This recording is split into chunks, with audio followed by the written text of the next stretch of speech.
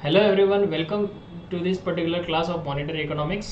Guys, last class में हमने monetary economics चालू किया था। आपका बीकॉम थर्ड सेमेस्टर का मॉनेटरी इकोनॉमिक्स हम पढ़ रहे थे, जिसमें हमने आपका यूनिट नंबर फर्स्ट स्टार्ट किया था, जिसमें हम चैप्टर पढ़ रहे थे मनी। लास्ट क्लास में हमने पढ़ लिया था बार्टर सिस्टम क्या होता है, और बार्टर सिस्टम में हमने देखे थे उसके इंट्रोडक्शन एंड डेफिनेशन। तो आइए आज इस चर्चा को करते हैं कंटिन्यू, और कंटिन्यू करेंगे चर्चा को। आगे भी कुछ आज नई बातें सीखेंगे और आज बहुत मज़ा आने वाला है आपको। ठीक है, चलिए आइए, बहुत सारी बातें आज आपको सीखने को मिलेंगी। तो चलिए स्टार्ट करते हैं। पिछले क्लास में हमने चालू किया था यूनिट नंबर 1, जिसका नाम था मनी। मनी यानी हमने देखा था, इसमें हमको देखने हैं 5 की पॉइंट्स, जिसमें बार्टर सिस्टम हमने देख लिया था, बार्टर सिस्टम का इंट्रोडक्शन। बार्टर सिस्टम मैंने आपको बताया था कि barter system it is a form of trade. ठीक है, ये एक फॉर्म ऑफ ट्रेड है जो एक्सचेंज गुड्स के बदले में गुड्स एक्सचेंज करते हैं, उसको बार्टर सिस्टम हमने कहा था। बार्टर सिस्टम जो था वो क्यों आया था? बिकॉज पास्ट ईयर्स में कोई मीडियम ऑफ एक्सचेंज नहीं था, जैसे कि आज मनी है, तो वैसा कोई medium of exchange past years में नहीं था, इसलिए बार्टर सिस्टम एग्जिस्ट किया था, मतलब आया था। उसके बाद हमने देखा था हिस्ट्री बार्टर सिस्टम की, जिसके बाद हमने ये पढ़ा था कि 1930s में ग्रेट डिप्रेशन के कारण भी बार्टर सिस्टम एग्जिस्ट हुआ था। एंड आज भी बार्टर सिस्टम कई जगहों पे पाया जाता है, राइट। उसके बाद हमने ये एग्जांपल देखा था, हमारा ऑलरेडी ये एग्जांपल हो चुका है, राइट। उसके बाद हमने देखी थी डेफिनेशन में हमने देखा था स्लोन ने क्या कहा था कि barter is a direct exchange of commodity और सर्विसेज फॉर अनादर। मतलब क्या? बार्टर यानी direct exchange of goods and commodities, ठीक है, commodities, goods and services for another goods and services without the use of money. पैसे का use किए बगैर अगर हम कोई चीज़ एक्सचेंज करते हैं तो उसे हम क्या कहेंगे? बार्टर सिस्टम कहेंगे। ऐसा किसका कहना था? एस स्लोन का। बराबर है क्या? चलिए, आज हमको पढ़नी है conditions of barter to flourish. Sir, condition of barter to flourish यानी क्या होता है कि ऐसी कोई चीज़ें हमको पढ़नी है, ऐसी कुछ चीज़ें, ये 5 हमको पढ़नी है जिनके कारण बार्टर सिस्टम जो है वो बहुत ज़्यादा चला। मतलब बार्टर सिस्टम जो था उसकी वाह वाह हो गई, ठीक है ना। जैसे कि हम बोलते हैं कि फॉर एग्जांपल है कि विराट कोहली है। विराट कोहली में क्या खासियत है कि उसको टीम के अंदर लिया जाता है? हाँ, वो बहुत अच्छा बैट्समैन है, ठीक है, बैटिंग बहुत अच्छा करता है, रन मशीन कहते हैं, बहुत सारे मैचेस इंडिया को जिता कर दिए हैं, ठीक है। तो वही कि उनकी खासियत, क्यों वो प्लेयर चल रहा है। तो वैसे ही हमको बार्टर की फ्लरिश पढ़ना है, बार्टर की ऐसी क्या कंडीशन है जिसके कारण बार्टर सिस्टम फ्लरिश कर जाता है, यानी कि बहुत ज़्यादा चल रहा था पहले के ज़माने में। तो देखिए, ऐसी 5 कंडीशंस हमको पढ़नी है जिसके कारण बार्टर सिस्टम पहले के ज़माने में चलता था। तो जिसमें सबसे पहला दिया है लिमिटेड वांट्स। पहले के लोगों की वांट्स, इच्छाएं जो थी बेटा, बहुत लिमिटेड थी, ठीक है क्या? आपसे कहीं ज़्यादा इच्छाएं उनकी लिमिटेड थी, ठीक है। आज की आपकी जो वांट्स है, सबको लगता है कि मेरे पास बहुत सारे पैसे आने चाहिए, है ना, बहुत सारा पैसा हो, ऐशो आराम की ज़िंदगी हो, ठीक है, बोलने के लिए कोई ना हो, बस टीवी देखता रहो, एंजॉय करते रहो, मोबाइल में खेलते रहे एंड और बाकी सारी चीज़ें, ठीक है। तो वैसे ही वांट्स आजकल है, लेकिन पहले के ज़माने के जो लोग थे, पुराने लोग, उनकी वांट्स लिमिटेड थी, इसके कारण बार्टर सिस्टम वहाँ पर वर्क करता था, ठीक है। तो देखिए यहाँ पर लिमिटेड वांट्स पहला टॉपिक हमने पढ़ लिया, जिसको हमने रीड करना चाहा तो हम रीड कर रहे हैं उसे। वो कहता है to flourish the barter system wants are limited to few goods only.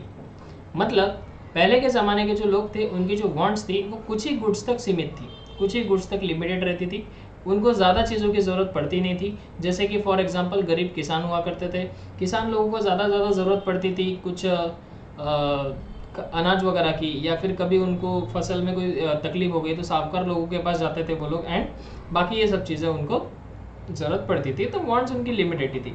That's why the barter system flourish, उसके कारण बार्टर सिस्टम वर्क कर गया, ठीक है। उसके बाद पॉइंट नंबर 2 पढ़ते हैं, स्कैरसिटी ऑफ मनी।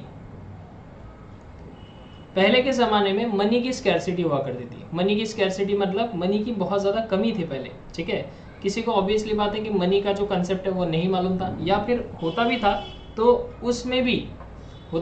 उसमें भी मनी जो बड़े बड़े लोग हैं उन्हीं के पास होता था, गरीब लोगों के पास मनी होता नहीं था, because of scarcity of money थी, राइट। इसको भी पढ़ते चलिए।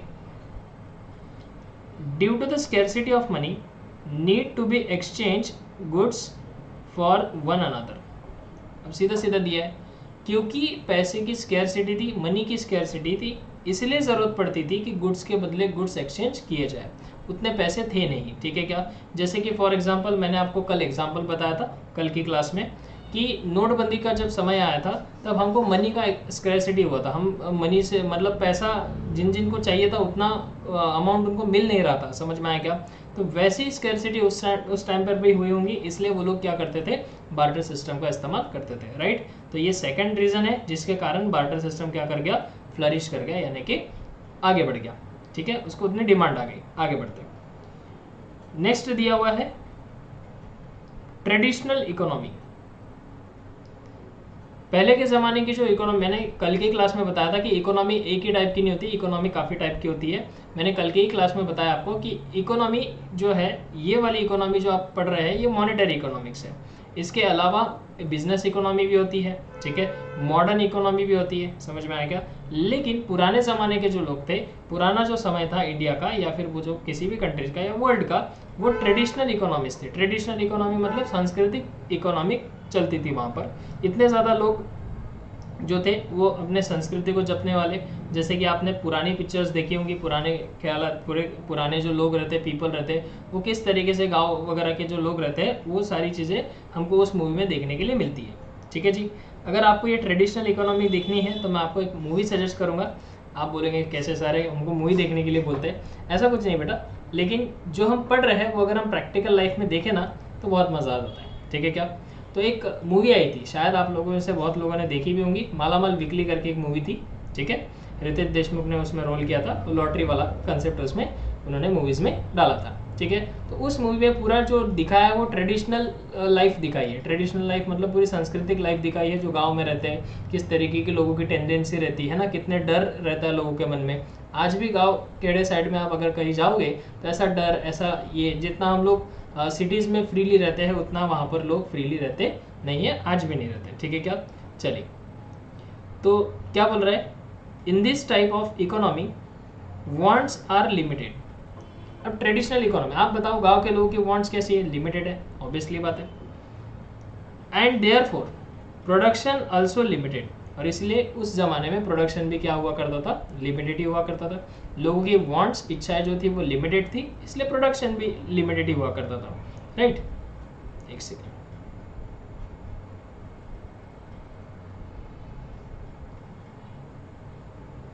हाइलाइटर चला गया था हमारा, हाँ जी। In this type of economy wants are limited, लोगों की जो वांट्स थी वो कैसी रहती थी, लिमिटेड रहती थी। देयरफॉर प्रोडक्शन आल्सो लिमिटेड, इसलिए प्रोडक्शन भी क्या होता था बेटा, लिमिटेड ही होता था। Hence in such economy fundamental rule can be follow, इसीलिए उस इकोनॉमीज में कुछ फंडामेंटल रूल फॉलो होता था, और वो रूल का नाम क्या है, एक्सचेंज ऑफ गुड्स विद अनादर, मतलब गुड्स के बदले में गुड्स एक्सचेंज करो, ये रूल उस टाइम पर फॉलो होता था। मैं इसको अलग इससे मार्क कर देता हूँ,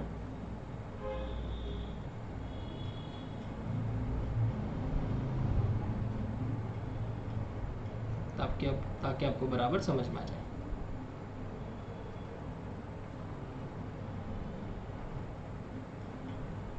ठीक है जी, देखिए क्या रूल फॉलो होता था उस टाइम पर, एक्सचेंज ऑफ गुड्स विद अनादर, मतलब क्या, जैसे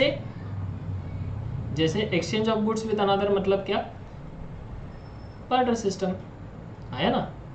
एक्सचेंज ऑफ गुड्स विद अनादर मतलब क्या, बार्टर सिस्टम। उस जमाने में एक्सचेंज ऑफ गुड्स विद अनादर यानी कि बार्टर सिस्टम का कंसेप्ट क्या होता था, फॉलो होता था।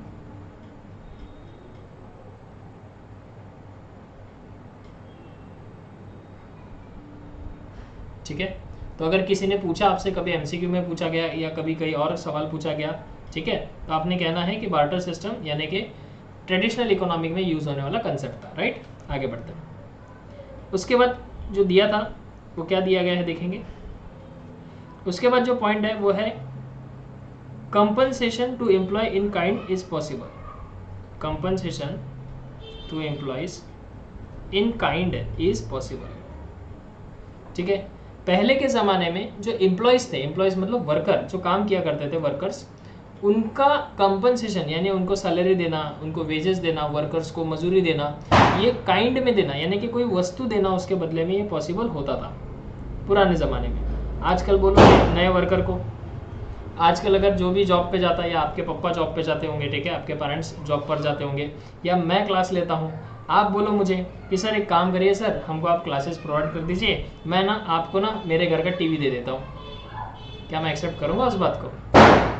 या आपको भी कोई बोले, एक काम कर ले, इतना मेरा काम कर दे, मैं ना तुझे एक कैडबरी दूंगा, या फिर ऐसा बोल दे आपको कि मेरा इतना काम कर ले, आज दिन भर मेरे साथ चल, कहीं घूमना है या कुछ काम करना है, एक काम कर ले, तू ये काम कर ले और मैं तुझे ना एक क्या करूँगा, शाम को ना पानी पूरी खिला दूंगा।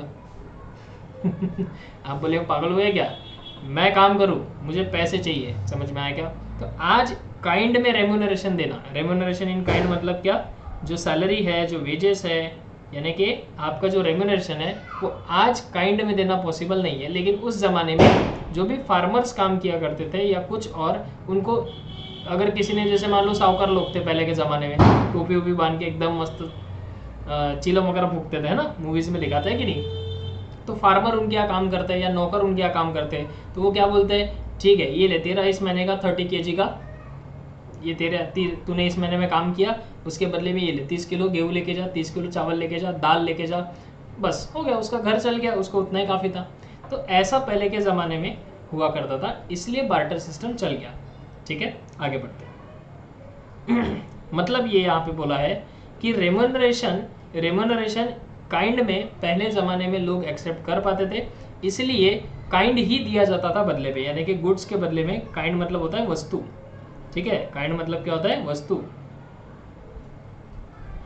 वस्तु के बदले में वस्तु दी जाती थी, क्योंकि लोग एक्सेप्ट कर लेते थे। ठीक है, यहाँ पे पूरा पॉइंट वापस एक बार पढ़ रहा हूं मैं। At the time of the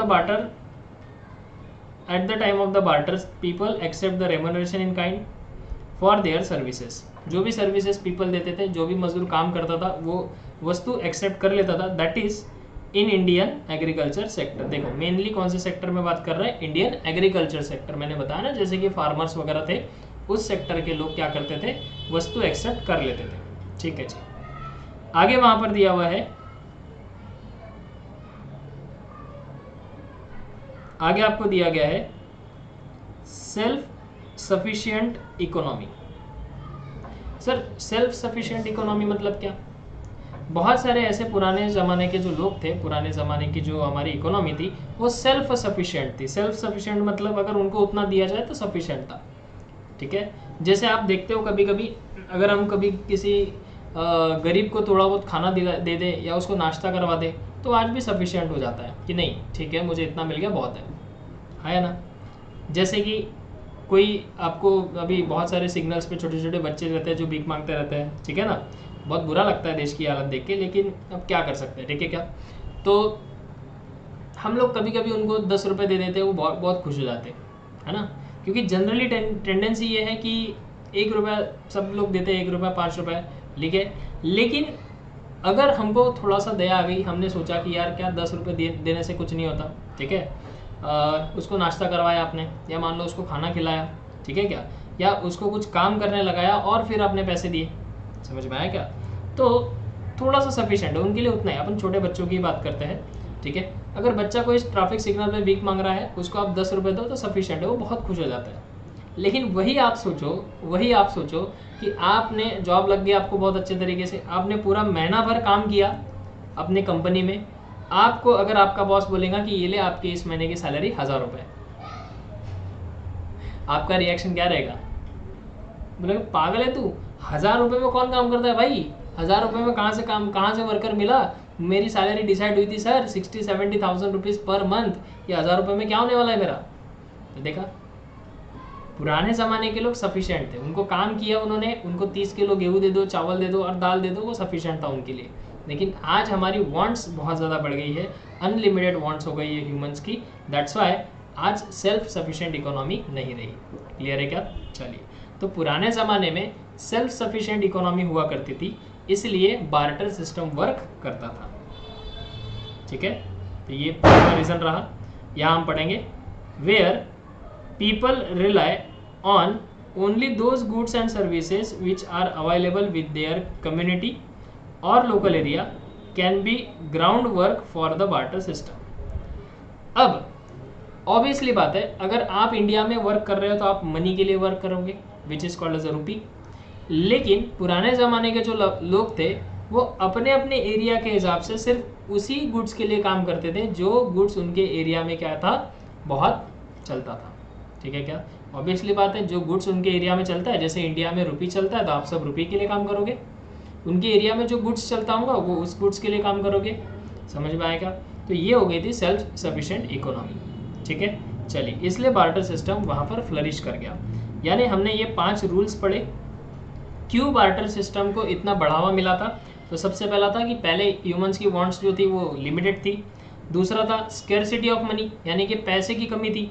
तीसरा था ट्रेडिशनल इकोनॉमी, पहले के ज़माने की इकोनॉमी जो थी वो ट्रेडिशनल इकोनॉमी थी, सेल्फ सफिशिएंट इकोनॉमी थी, एंड कंपनसेशन देना एम्प्लॉयज़ को काइंड में ये पॉसिबल हुआ करता था। ये 5 कारण थे, इसके कारण बार्टर सिस्टम क्या कर गया, प्रिवेल्स कर गया, यानी कि फ्लरिश कर गया। समझ में आई बात? क्लियर है क्या? Sir exam point of view से आएगा क्या ये एग्जाम पॉइंट ऑफ व्यू से इतना तो इम्पोर्टेंट नहीं है। ये वाला जो टॉपिक है condition of barter to flourish, ये एग्जाम पॉइंट ऑफ व्यू से इतना इंपॉर्टेंट नहीं है, लेकिन मैंने आपको टॉपिक में इंटरेस्ट होना चाहिए इसलिए मैंने उसको आपको लिखवा कर दिया। आपको सारी चीज़ें समझ में आ रही है नहीं आ रही है, आप प्लीज़ कमेंट में मेंशन कीजिए बेटा। नेक्स्ट वन, अब हमको देखनी, अब तो हमने देखा था कि भैया बार्टर सिस्टम जो वो ताकतवर क्यों बना, क्यों बार्टर सिस्टम एकदम ताकतवर बना, पावरफुल बना, क्योंकि 5 चीज़ें थी भैया। लोगों की वांट लिमिटेड थी, स्कैरसिटी थी पैसों की, इसलिए बार्टर सिस्टम चल गया। उसके बाद ट्रेडिशनल इकोनॉमीज थी, इसलिए बार्टर सिस्टम चल गया। एम्प्लॉय को काइंड में कंपनसेशन देना पॉसिबल होता था, इसलिए बार्टर सिस्टम चल गया। और सेल्फ सफिशिएंट इकोनॉमी थी, इसलिए बार्टर सिस्टम फ्लरिश कर गया। ठीक है, आगे बढ़ते। अब बार्टर सिस्टम में क्या क्या डिफिकल्टीज आती थी ये हमको पढ़ना है। ठीक है, बार्टर सिस्टम में क्या क्या डिफिकल्टीज आती थी ये हमको आज पढ़ना है।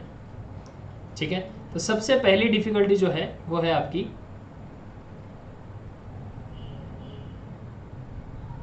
Need of double coincidence of wants. Need of double coincidence of want. आप एक काम करिए, आप इस पॉइंट को पहले पढ़िए, आपको क्या समझता है आप मुझे बताइए, उसके बाद मैं इस चीज़ को आपको एक्सप्लेन करता हूँ। ठीक है जी, पढ़िए इस पॉइंट को।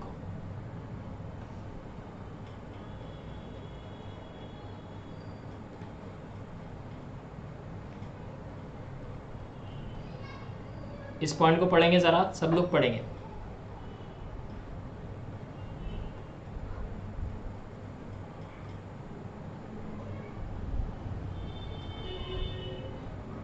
पढ़ा? ठीक, देखो क्या बोलता है। बोलता है need of double coincidence of want. Double coincidence of wants मतलब होता है कि दोनों तरफ से वांट्स का सेटिस्फाई होना ये ज़रूरी था पुराने ज़माने में, या आज भी दोनों तरीके से सेटिस्फाइड होना ज़रूरी है। बिकॉज आप एक बात बताइए, अगर कोई चीज़ खरीदने गए, तो आप जब तक सेटिस्फाइड नहीं होगे तब तक आप उस अगले वाले पर्सन को आप पैसे दोगे क्या? नहीं, ये बात नहीं है। जब हम सेटिस्फाइड हो जाएंगे तभी हम अगले वाले को पैसा देंगे। जैसे कि आपको कोई चीज़ बहुत पसंद आई, आप जब शॉप में जाते हो, दुकान में जाते हो कुछ खरीदने, what ever you may want, ठीक है, आप कुछ भी खरीदने दुकान में अगर चले गए, तो आप अगर दुकान में चले गए तो फिर वो वस्तु आपको बहुत अच्छी लगी, जो भी अच्छी लगी आपको, अब वो चीज़ आपको बहुत पसंद आई, बस इसी बात पर वो वस्तु खरीद लेते हैं क्या? वो चीज़ खरीद लेते हैं क्या? नहीं। अगर आपने दुकानदार से पूछा कि भैया इसकी कॉस्ट क्या है, तो शॉपकीपर बोलेगा कि सर ये ना 50,000 का है। आप बोलेंगे हाँ ठीक है कोई बात नहीं, पैक कर दो, ऐसा बोलोगे? ऐसा नहीं होता। आप बोलेंगे भैया ये चीज़ तो इतनी सी है, ये 50,000 की कैसी आ गई? और शॉपकीपर बोलेगा आपको पसंद आई ना इसलिए 50,000 की है। ऐसा हो सकता है क्या? नहीं। जब हम कोई भी चीज़ देखने जाते हैं शॉप में, कभी कभी ऐसा होता है बहुत पसंद आ जाती है लेकिन बहुत महंगी होती है। कभी कभी ऐसा लगता है कि पसंद तो आ जाती है लेकिन सस्ती होती है, लेकिन हम खरीदते नहीं उसको, कि नहीं भाई ये बहुत सस्ता है और इसकी क्वालिटी बेकार होगी। हम उसी चीज़ को खरीदते हैं मार्केट से जहाँ पर हम देखते हैं कि हाँ इसकी क्वालिटी भी सही है और इसके लिए मैं इतना पैसा दे भी सकता हूँ, मतलब हाँ हो सकता है इसका पैसा इतना रुपए का ये चीज़ हो सकती है। समझ में आया क्या? जब हमको ऐसा सेटिस्फैक्शन मिलता है, ऐसा हमारा जो वांट है वो सेटिस्फाइड होता है, तब जाके हम वो चीज़ खरीद लेते हैं। लेकिन बार्टर सिस्टम में ये चीज़ एब्सेंस थी। सर कैसे? तो देखिए, exchange of commodity with one another required direct satisfaction of both the parties in the bargain। बराबर है?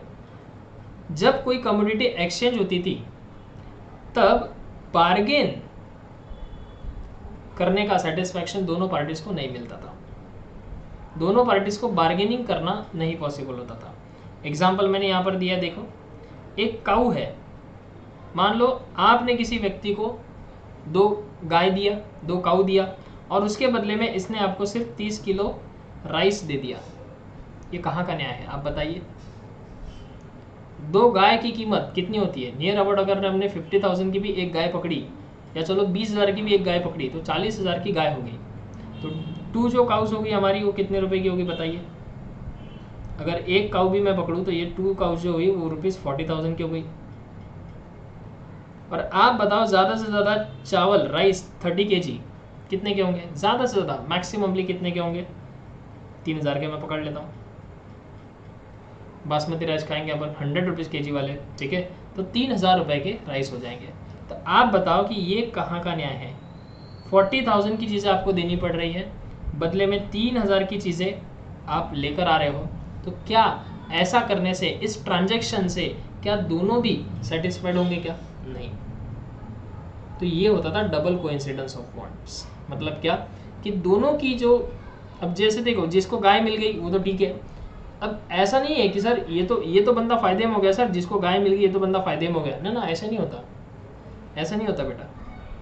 सर उसको तो 40,000 की गाय मिल गई, ना, ऐसा नहीं होता। अब एक बात बताओ, ये एक पर्सन है और ये एक पर्सन है, इस पर्सन को क्या मिला? इस पर्सन को मिली काऊ और इस पर्सन को मिले राइस, ये सॉरी, इस पर्सन को काऊ मिला और इस पर्सन को राइस मिला। अब आप बताओ, जिसको भी काऊ मिला, गाय मिली, 2 गाय मिली, वो 2 गाय को खाने के लिए कुछ नहीं लगेगा, उसको रखने के लिए जगह नहीं लगेगी क्या? वो गाय का गोबर है, सब है, ये सब संभालने का, दूध निकालना है गाय का, उसका खर्चा करने के लिए आपको एक आदमी रखना पड़ेगा, आया ना? इसलिए ये पर्सन भी क्या होता था? सेटिस्फाइड नहीं होता था। और ये राइस मिलने वाला, ये तो पहले से दुखी है बेचारा, बोलता है 30 किलो राइस मिल रहे, मेरी 2 गाय जा रही है। समझ में आया? तो ये चीज़ एब्सेंस थी, which is called as a double coincidence of wants. Clear है? चलिए आगे बढ़ते। नेक्स्ट वन था अपना, तो नेक्स्ट चीज़ हमने पढ़नी थी वो है absence of common measure of value.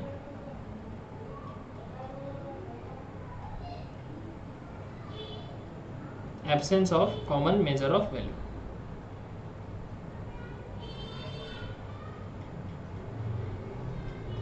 ठीक है, अब देखिए वही चीज़ जो मैंने आपको बताया अभी यहाँ पर, ये दोनों नियर अबाउट सेम एग्जांपल्स है। Absence of common measure of value, इसका क्या मतलब होता है कि अगर कोई बार्टर सिस्टम चल रहा था, अगर कोई पर्सन है वो बोलता है कि मैं कार के बदले में बिल्डिंग दे दूंगा, अब ये बोलता है कि कॉमन मेजर ऑफ वैल्यू नहीं हो सकता था, मतलब दोनों प्रोडक्ट्स की सेम वैल्यू नहीं हो सकती थी।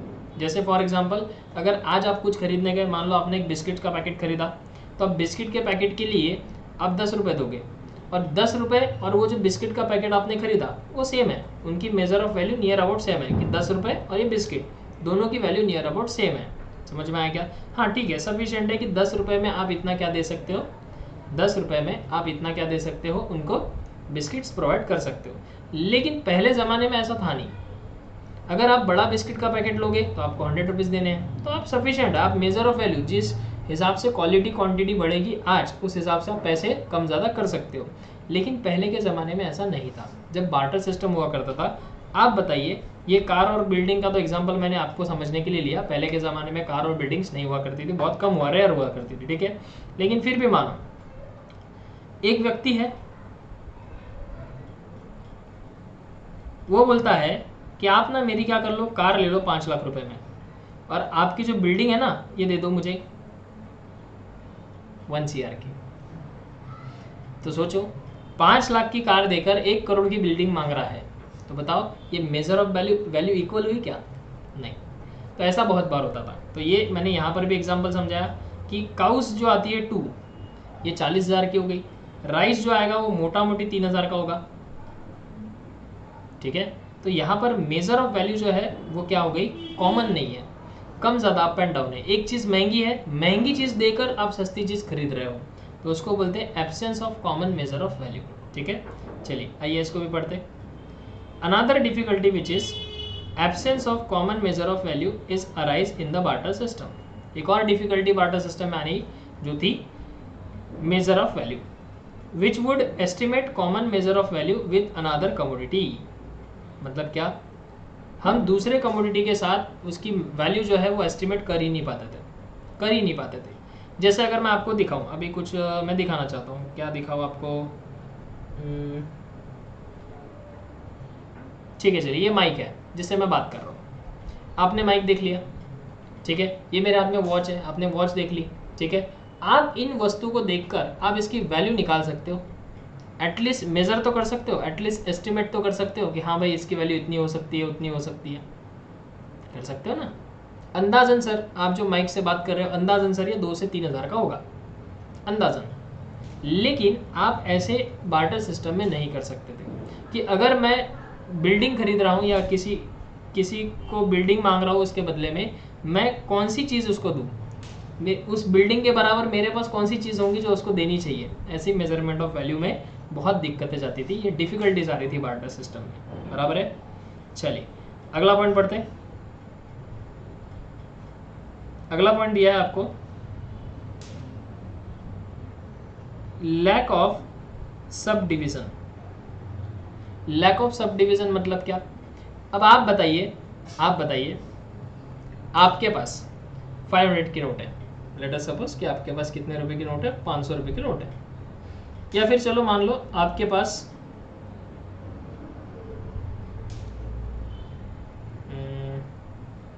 Page, I need a page.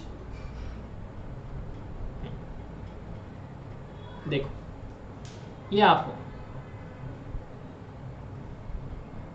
आपने शॉपकीपर को 500 रुपीज दिए, उसने आपको लेट अस सपोज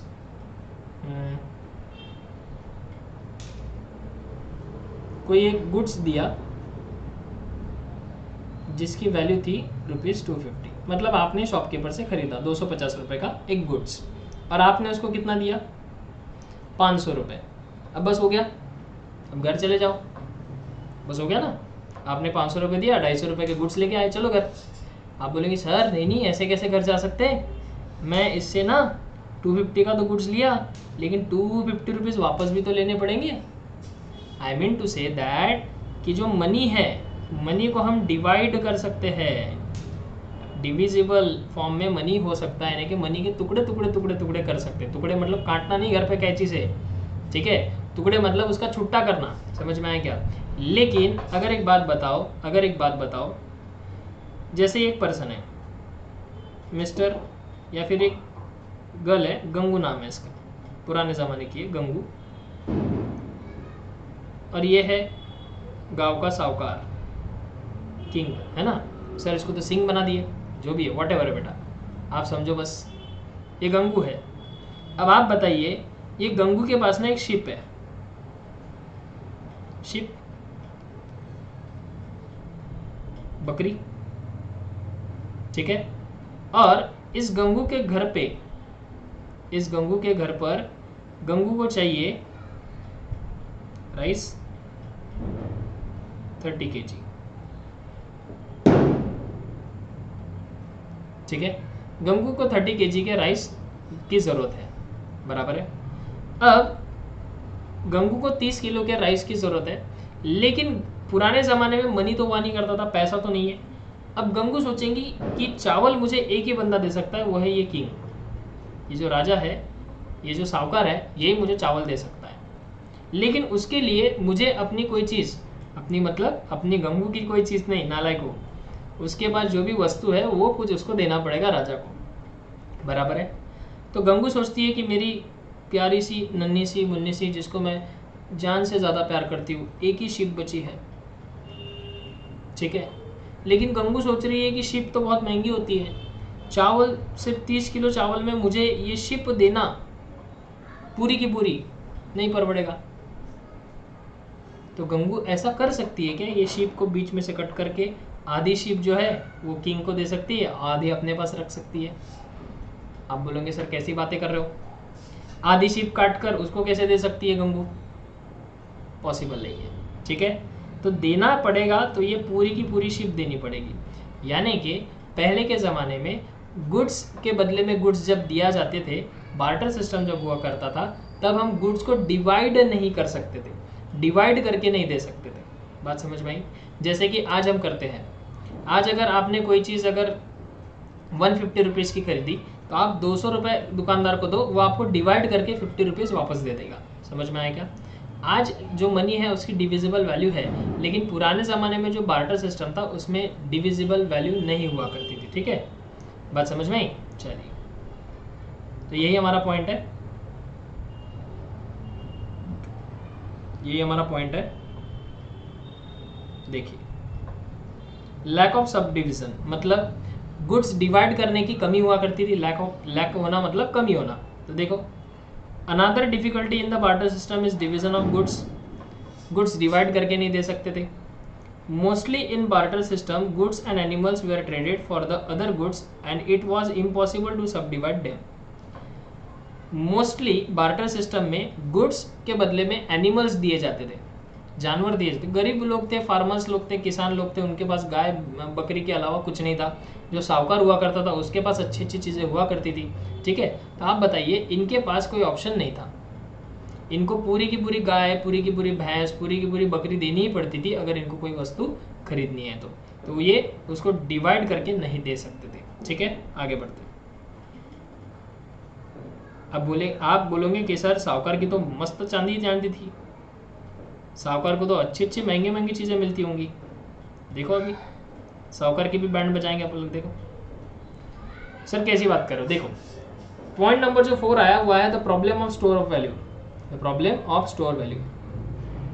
अब साहूकार के पास, ठीक है मान लो कोई बात नहीं, साहूकार के पास बहुत ज़्यादा क्या कर लिए, सभी लोग आए, जैसे कि आप जितने भी मेरे बच्चे हैं, स्टूडेंट्स हैं, मान लो हम सब एक साहूकार के आ गए। ये देखो,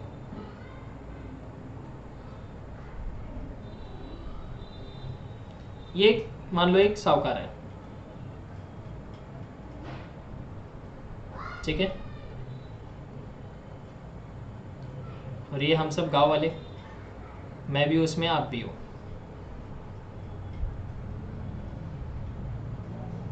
मैं भी हूं, आप भी हैं।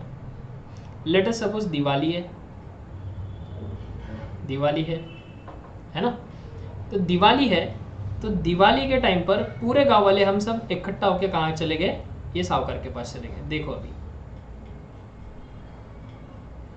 ये दिवाली है, हम सब कहाँ चले गए, साहूकार के पास चले गए। साहूकार के पास जब गए तब हमने बोला साहूकार को कि साहूकार हमको ना अनाज चाहिए था, जिसको हम आज ग्रोसरीज बोलते हैं, किराना बोलते हैं, बराबर है क्या। तो साहूकार बोलते हैं कि ठीक है, उसके बदले में आपको दिवाली का, मैं साहूकार बोलता है मैं आपको अनाज भी दूंगा, आपको कपड़े भी दूंगा, आपको मिठाइयाँ भी दूंगा, आपके बच्चों के लिए फटाके भी दूंगा, सब दूंगा, पूरा दिवाली का सब कुछ पैकेज है साहूकार के पास। लेकिन उसके बदले में साहूकार 2 हॉर्स मांग रहा है, लेट अस सपोज बफेलो मांग रहा है, 2 भैंस मांग रहा है, ठीक है, एक बंदे से 2 भैंसें मांग रहा है, ठीक है। अब देखिए, लेट अस सपोज कि हम जो गांव वाले थे पूरे के पूरे वो 100 गांव वाले थे, 100 गांव वाले थे, 100 पीपल्स, बराबर है, 100 पीपल्स थे। अब हुआ ये कि साहूकार ने मान तो लिया, साहूकार बोलता है कि बहुत अच्छी बात है, 2 भैंसें सबसे मिलेंगी, तो बताओ साहूकार के पास कितनी भैंसें आएंगी, साहूकार के पास कितनी भैंसें आएंगी बताओ। 100 पीपल्स है मल्टीप्लाइड बाई 2, तो साहूकार के पास आ गई 200 भैंसें, ठीक है। अब साहूकार बड़ी मस्त, ये गांव वालों को उसने ये दिया, गांव वाले ने 2-2 पैसे भी दे दी। साहूकार मस्त एकदम चलते चलते अपने घर के अंदर गया, आराम से ऐसा बैठा। साहूकार की वाइफ बोलती क्या हुआ जी? बोलते आज तो मैंने बड़े सौदे की बात की, बड़े फायदे का सौदा करके आया मैं। तो साहूकार की वाइफ बोलती क्यों जी, क्या हुआ? बोलते गांव वालों को मैंने दिवाली का बम्पर गिफ्ट दे दिया, उनको किराना दे दिया, वॉटेवर जो भी रखता है दिवाली के लिए सब दे दिया। और गांव वालों से ना मैंने एक गांव वाले से 2-2 भैंसें भी मांगी और गांव वालों ने दे भी दी। तो साहूकार की बीवी बोलती है अबे भैंसे साहूकार, एक बात बता, 200 बफेलो तूने लाया, ठीक है, अब इस 200 बफेलो को तू रखेगा कहाँ पर? उसके लिए एक तबेला लगेगा। तबेला मतलब जो भी वॉटेवर रहता है, एक स्टोर जहाँ पे भैंसों को रखा जाता है। ये तबेले को देखने के लिए एक आदमी लगेगा, एक नहीं 200 भैंसों को एक आदमी कैसे देखेगा? मान लो 10 आदमी लगेंगे। ये 200 भैंसे को खाना खाने के लिए फूड लगेगा। ये 200 भैंसे का दूध निकालने के लिए आदमी लगेंगे बहुत सारे। और ये दूध निकलेगा तो ये जल्दी खराब भी हो जाएगा, इसको बेचना भी पड़ेगा, वो बेचने के लिए भी आदमी लगेंगे। तो देखो, और सबसे बड़ी बात है कि ये 200 भैंसे तू रखेगा कहाँ बता? तेरे घर में इतनी जगह है क्या? साहूकार की बीवी उसको डांट रही है। साहूकार चुप। साहूकार बोलता है कि ये गांव वालों ने तो हमारा काट लिया। समझ में आया? तो पॉइंट इज कि देखिए, पहले के ज़माने में हुआ ये करता था, बार्टर सिस्टम चलता था, ठीक है, लेकिन अगर गुड्स आ रहे ठीक है, तो क्या प्रॉब्लम हो रही थी बेटा? प्रॉब्लम हो रही थी स्टोर वैल्यू की। यानी कि आप गुड्स को ज़्यादा दिन स्टोर करके नहीं रखते थे। अगर आप स्टोर करके रखते थे तो फिर आपका खर्चा बढ़ जाता था। समझ में आया? और उसमें भी अगर मान लो किसी भैंस की वो बराबर केयर नहीं कर पाया तो उसकी जान भी जा सकती थी। कोई पेरिशेबल नेचर का गुड्स रहता तो जो जल्दी ख़राब होने वाले गुड्स है वो यूज़ नहीं किया तो वो भी जल्दी ख़राब हो जाता, नुकसान ही नुकसान, बराबर है। तो इसलिए ये प्रॉब्लम जा रही थी। चलो पढ़ते हैं। Under the barter system wealth can't be stored for the longer period of time. Goods like gold, metal or coins can be easily stored, but there is a problem to store animal, livestock, etc. देखिए, अगर बाकी कोई चीज़ें होती जैसे gold है, material, metals है, coins है, जैसे हम आज सब यूज़ करते हैं, वो सब मनी को हम इजीली स्टोर करके रख सकते हैं। लेकिन एनिमल्स है, लाइफ स्टॉक है, लाइफ स्टॉक यानी कि जो अभी मैंने बताया कि बफेलो एंड ऑल जो जिंदा प्राणी रहते हैं, जैसे कि मुर्गियाँ रहती है, चिकन सेंटर्स पे मुर्गियाँ जो रहती है वो लाइफ स्टॉक हो गया, ठीक है क्या? तो ऐसे लाइफ स्टॉक्स बोलो या एनिमल्स बोलो, इनको स्टोर कहाँ करके रखेंगे, ये सबसे बड़ा प्रॉब्लम आता था, सबसे बड़ी डिफिकल्टी आती थी बार्टर सिस्टम में। बात समझ में आई? चलिए, फिफ्थ वाली डिफिकल्टी क्या थी, आइए पढ़ते।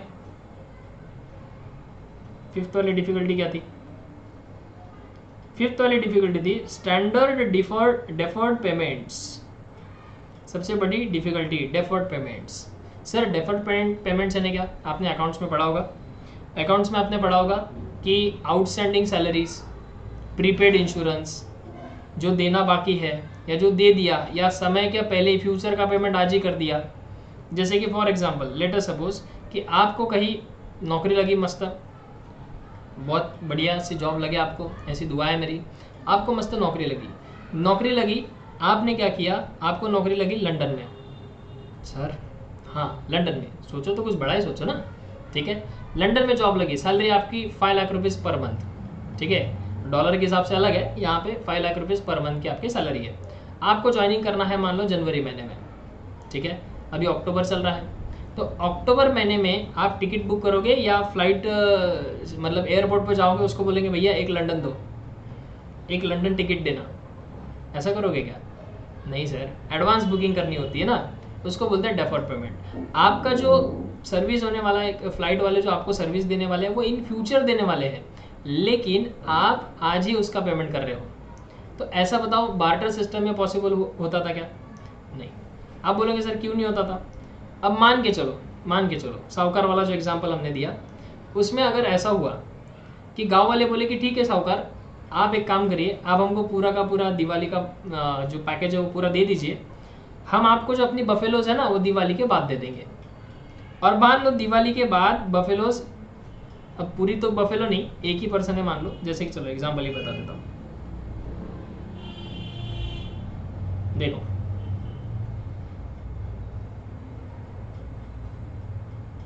ये साहूकार है, ये एक गांव वाला है, ये गांव वाला भी इसने ये साहूकार के पास गया, ठीक है, आ जाओ गांव वाले को साहूकार के पास लेके आते। एक सेकंड पहले इसको मिटा दो। ये गांव वाला है, ये साहूकार के पास गया, या ऐसे ऐसे ऐसे ऐसे ऐसे ऐसे ऐसे ऐसे साहूकार के पास आया, ठीक है। ये इतना तेज आ रहा कि साहूकार बोलता है कि रुक जा भाई थोड़ा सा, मैं भी पीछे जाता हूँ। साहूकार डर गया, ठीक है। चलिए ध्यान दीजिए। अब देखो ये गाँव वाले ने क्या बोला कि मैं आपको 2 बफेलोज दूंगा, उसके बदले में आप मुझे दिवाली का पूरा कॉम्बो देंगे क्या, जैसे सारे गांव वालों को दिया। साहूकार बोलता क्यों नहीं, लेकिन ये जो है ये बोलता है मेरी एक कंडीशन है। साहूकार बोलता है बोल क्या क्या कंडीशन है तेरी। तो ये पर्सन बोल रहा है कि सर दिवाली है, आप मुझे अभी ना पूरा सामान दे दीजिए, जैसे ही दिवाली के 1-2 दिन हो गए हम अपनी बफेलोज की अच्छे से पूजा करेंगे, क्योंकि त्यौहार है सर, त्यौहार है, त्यौहार के दिन हम अपनी बफेलोज को नहीं बेच सकते। तो दिवाली जैसे हो जाएंगी 4-5 दिन बाद मैं ये बफेलो जो है, ये जो बफेलो है ये आपके पास ला कर देता हूँ। साहूकार बोलता है कि ठीक है कोई बात नहीं, साहूकार तो बेअक्ल था ही, ठीक है। तो साहूकार ने डन कर दिया। साहूकार बोलता है ओके नो प्रॉब्लम। अब हुआ ये कि ये दिवाली का ऑफर लेके चला गया। अब जब 2 दिन बाद इसने बफेलो देने का वादा किया था, साहूकार इसके घर पे बफेलो लेने गया, तो ये जो बंदा था ये बोलता है कि सर मेरी बफेलो की तो डेथ हो गई। अब इसमें बताओ नुकसान किसका हो गया, साहूकार तो डूब गया। समझ में आया। तो ये प्रॉब्लम हुआ करती थी। यानी अगर आपको कोई चीज़, किसी को आपने पैसा दिया, या आज ऐसा हो सकता है कि आप किसी को उधार दे दो, वो आपको कुछ समय पश्चात पैसा दे सकता है, या आप ऐसी बहुत बार सर्विसेज लेते हो जिसके लिए आप प्रीपेड पैसा पेड करते हो, जैसे कि आप ट्रेन से जा रहे हो तो ट्रेन की टिकट्स आप पहले ही बुक कर लेते हो, ठीक है। क्या ऐसा कभी नहीं होगा कि ट्रेन मर जाएगी तो आपका पैसा डूब जाएगा, ऐसा कभी नहीं होता। तो ये जो डेफर्ड पेमेंट्स है यानी कि फ्यूचर पेमेंट्स बार्टर सिस्टम में पॉसिबल नहीं थे, ये डिफिकल्टी थी बार्टर सिस्टम में। तो देखो barter system also lacked a standard of the deferred payments, there was no mechanism to oblige with the डेप्ट payment in the future with reasonable certainty and securities. Future के payments को हम securities के साथ दे नहीं पाते थे बार्टर सिस्टम में। जैसे कि आज अगर आपको लंदन भी जाना है, आप फ्लाइट का 5 लाख रुपीज़ का भी टिकट अगर आप पे करते हो 5 लाख रुपीज़, तो वो 5 लाख रुपीज़ आपके फ्यूचर के लिए सिक्योर्ड रहेंगे। वो 5 लाख रुपीज़ आपने भले ही पेमेंट कर दिया, उसके लिए कुछ नहीं होगा। समझ में आया क्या, क्लियर है क्या? जी सर। लेकिन ऐसी चीज़ हम बार्टर सिस्टम में नहीं कर पाते थे, इसलिए बार्टर सिस्टम की ये डिफ़िकल्टी बनी। उसके बाद प्रॉब्लम ऑफ सेविंग, ये तो मैंने अभी भी बता दिया आपको। प्रॉब्लम ऑफ सेविंग मतलब अगर मान लो साहूकार के पास बहुत सारी चीज़ें आ रही है, जैसे कि आज अगर आपको जॉब लग गई, आपके पास बहुत सारा पैसा आएगा। मैं दुआ करता हूँ कि आपके पास बहुत सारा पैसा आए, हर एक की बंदे की हर एक ख्वाहिश पूरी हो जाए। अब आपके पास बहुत पैसा आया तो आज हम पैसे को सेव करके रख सकते हैं, उसको स्टोर करके रख सकते हैं बैंक अकाउंट में, एफडीज में, हम शेयर में इन्वेस्ट कर सकते हैं, वॉटेवर तरह तरह के एसेट्स भी खरीद सकते हैं, गाड़ी हो गया, घर हो गया, ठीक है ना। लेकिन पहले बार्टर सिस्टम में बताइए आप चीज़ों को सेव कहाँ करके रख सकते थे कि चलो भाई ये मेरे फ्यूचर में जाके काम आएगा। आज आप बैंक में पैसा क्यों रखते हैं? ताकि आपके फ्यूचर के लिए काम आ जाए। लेकिन बार्टर सिस्टम में कोई चीज़ हम फ्यूचर यूज़ के लिए स्टोर करके नहीं रख सकते थे, सेव करके नहीं रख सकते थे। समझ में आया? तो ये डिफिकल्टी बार्टर सिस्टम में आ रही थी। Saving and investment is not possible under the barter system. Barter system में सेविंग और इन्वेस्टमेंट पॉसिबल नहीं था। Saving and investment is not possible because of the inability of common measure of value and storage place like the banks. दो problems की वजह से, दो चीज़ों की वजह से क्या नहीं हो पाता था?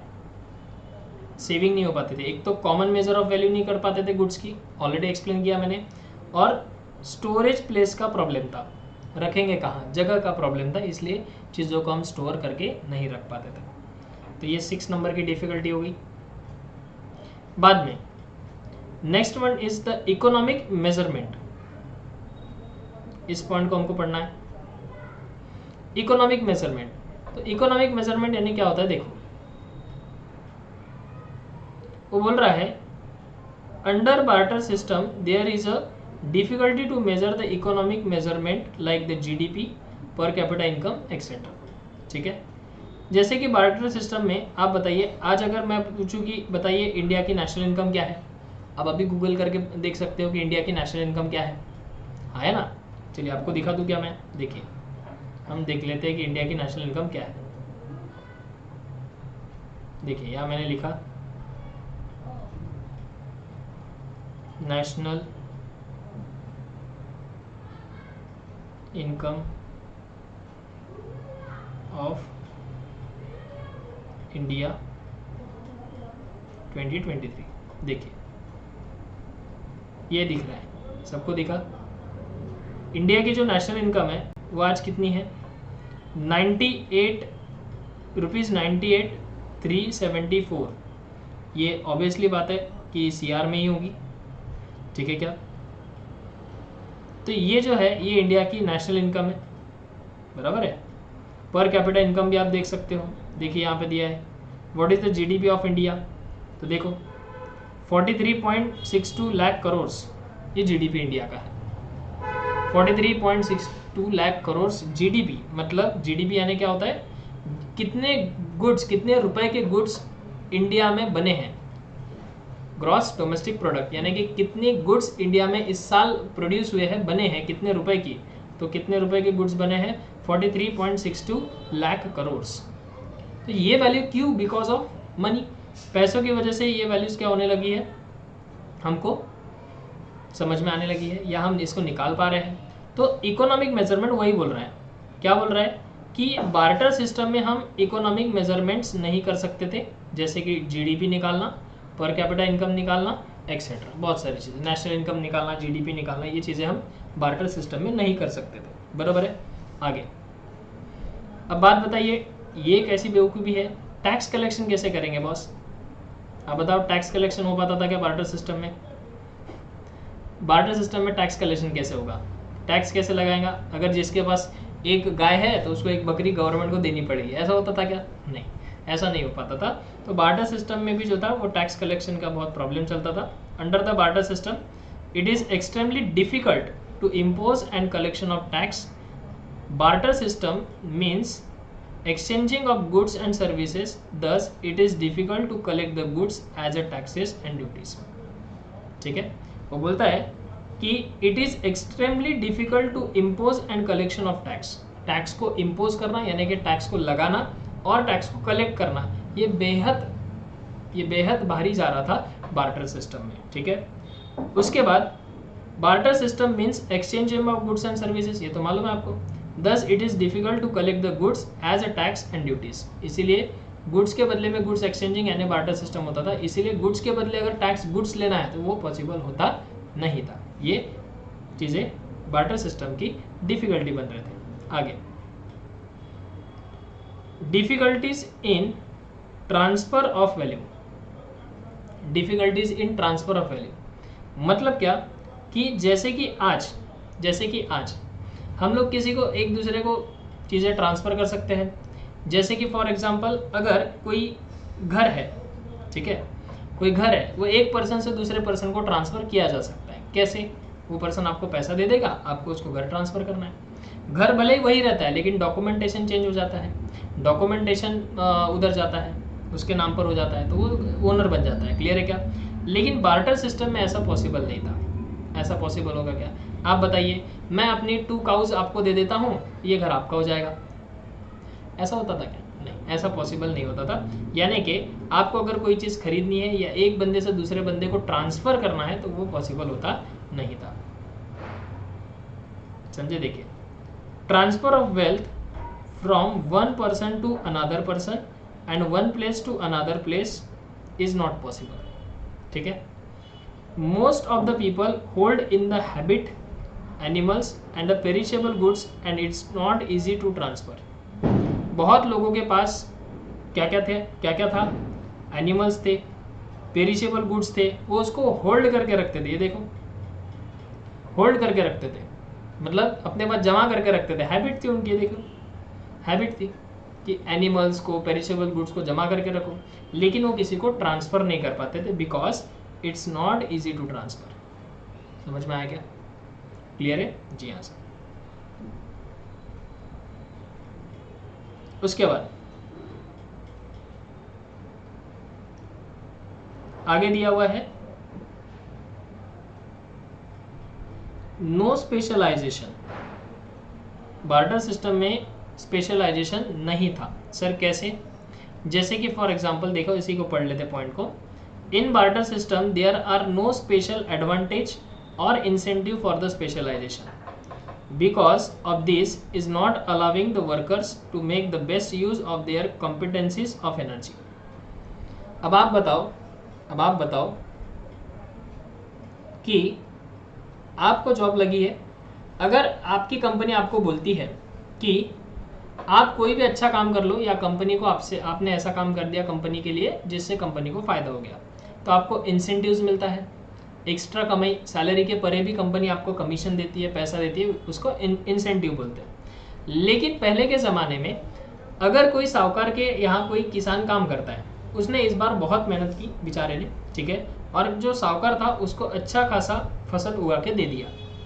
अब वो जो फार्मर है उसको इंसेंटिव के तौर पे कुछ दे पाता है क्या? जैसे कि मान लो उस फार्मर को मिलते हैं 500 किलो गेहूँ मिलता है, 500 किलो चावल मिलता है, ये हो गया उसके salary. Remuneration in kind is possible, हमने देखा था। तो वो जो साहूकार है उस फार्मर को 500 किलो गेहूँ देता है, 500 किलो चावल देता है, लेकिन अब क्योंकि उसने बहुत अच्छा काम किया इसलिए उसको और 50 किलो चावल और 50 किलो गेहूँ वो वापस देगा क्या? वो चलो देगा भी, तो बेटा वो बंदा लेकर उतना करेगा क्या? समझ में आई क्या कहानी? मतलब इंसेंटिव भी देंगे तो क्या देंगे? गुड्स के बदले एक और गुड्स दे देंगे। यहाँ तो अभी ये देखो ना, यहाँ पे क्या है, ट्रांसफर करने के वादे हैं, टैक्स कलेक्ट नहीं कर सकते, सेविंग करने के प्रॉब्लम है, डेफर्ड पेमेंट किसी को नहीं कर सकते, स्टोर नहीं कर सकते, सब डिवाइड नहीं कर सकते उसमें। उसके बाद यहाँ पे देखो मेजर ऑफ वैल्यू नहीं है उसका, कोई कोइंसिडेंस ऑफ वांट है। इतनी सारी डिफिकल्टी होने के बाद भी कोई पर्सन वो गुड्स के बदले और एक आध गुड्स लेना चाहेगा क्या? आप बताओ। नहीं सर, ये पॉसिबल नहीं है। तो वही बोल रहा है कि नो स्पेशलाइजेशन में ये लिखा हुआ है कि अगर किसी पर्सन को इंसेंटिव चाहिए रहता था तो उस बार्टर सिस्टम में हम उसको वो दे नहीं पाते थे। ठीक है, चलिए। In barter system there are no special advantage और इंसेंटिव फॉर द स्पेशलाइजेशन। यहाँ देखो दिया है incentives for specialization, no incentives for the specialization दिया है। ठीक है, आगे बोलता है because of this not allowing workers to make the best use of their competencies of energy। और इसके वजह से पहले के जो वर्कर थे वो अपना इतना ज़्यादा बेस्ट नहीं दिया करते थे, जितना काम है उतना करके घर चले जाते थे। समझ में आया क्या? क्लियर है? बात समझ में आई? अगर आपकी भी कंपनी में अगर आपको कुछ नहीं बोला गया, आप कितना भी काम करो सैलरी उतनी ही मिलनी है, तो आप भी सोचोगे कि मैं कम ही काम करूँ, जितना है उतना ही निपटाऊँ, आप एक्स्ट्रा एफर्ट नहीं लगाओगे। समझ में कहानी? तो इंसेंटिव्स जहाँ मिलेंगे वहाँ एक्स्ट्रा एफर्ट लगाएंगे, और इंसेंटिव्स जहाँ नहीं मिलेंगे वहाँ कोई भी अपने एक्स्ट्रा एफर्ट्स नहीं लगाएगा। तो बार्टर सिस्टम में कोई भी किसी भी प्रकार का इंसेंटिव्स नहीं दिया जाता था, इसलिए कोई भी वर्कर अपना कोई भी बेस्ट अल्टरनेटिव देता नहीं था। बात समझी? जी सर। तो ये डिफ़िकल्टीज 10 है कि 10 डिफ़िकल्टीज जा रही थी बार्टर सिस्टम में जो हमने पढ़ी। सबसे पहले एक डिफ़िकल्टी देख लेते, डबल कोइंसिडेंस ऑफ वांट। दूसरी डिफ़िकल्टी थी absence of common measure of value. तीसरी डिफ़िकल्टी क्या थी? लैक ऑफ सब डिविज़न। चौथी डिफ़िकल्टी थी the problem of store value. पांचवी डिफ़िकल्टी क्या थी? Standard deferred payments. 6 नंबर की थी प्रॉब्लम ऑफ सेविंग। 7 नंबर की थी इकोनॉमिक मेजरमेंट्स। 8वें नंबर की थी टैक्स कलेक्शन नहीं हो पाता था। Difficulties in transfer of values, मतलब किसी को अगर कुछ चीज़ ट्रांसफ़र करना है तो उसमें डिफ़िकल्टी जा रही थी। और स्पेशलाइजेशन अगर किसी का रहा तो उसका बेनिफिट उसको नहीं मिल पाता था बिकॉज ऑफ बार्टर सिस्टम। ऐसा है। ठीक है जी। तो अगर आप देखते होंगे तो हमने एक की पॉइंट हमारा ख़त्म किया, मतलब हमारा चैप्टर जो चल रहा था उसमें हमने एक जो कंसेप्ट है वो किया ख़त्म, जिसका नाम है बार्टर सिस्टम। ठीक है, अगला जो हमारा टॉपिक है वो है बेटा मनी एंड इट्स फंक्शन। देखिए यहाँ पे दिया हुआ है मनी एंड इट्स फंक्शन, ये देखो यहाँ से स्टार्ट हो रहा है, मनी एंड इट्स फंक्शन। तो इस टॉपिक को हम करेंगे कंटिन्यू नेक्स्ट क्लास में, ठीक है। आई होप कि आज का वीडियो बहुत अच्छे से समझा होगा आपको, ठीक है। अगर आपको वीडियो समझ में आ गया है तो अपने दोस्तों को भी ज़्यादा से ज़्यादा बताइए, ठीक है। और वापस एक बार बोलना चाहता हूँ कि अगर किसी ने कोई ये वीडियो फर्स्ट टाइम देख रहा है जिसने इंट्रोडक्शन वीडियो नहीं देखा होगा, प्लीज़ पहले इंट्रोडक्शन वीडियो आप देख कर आइए, ठीक है। ओके बेटा, चलिए मिलते हैं नेक्स्ट क्लास में, तब तक के लिए bye bye, take care and God bless you.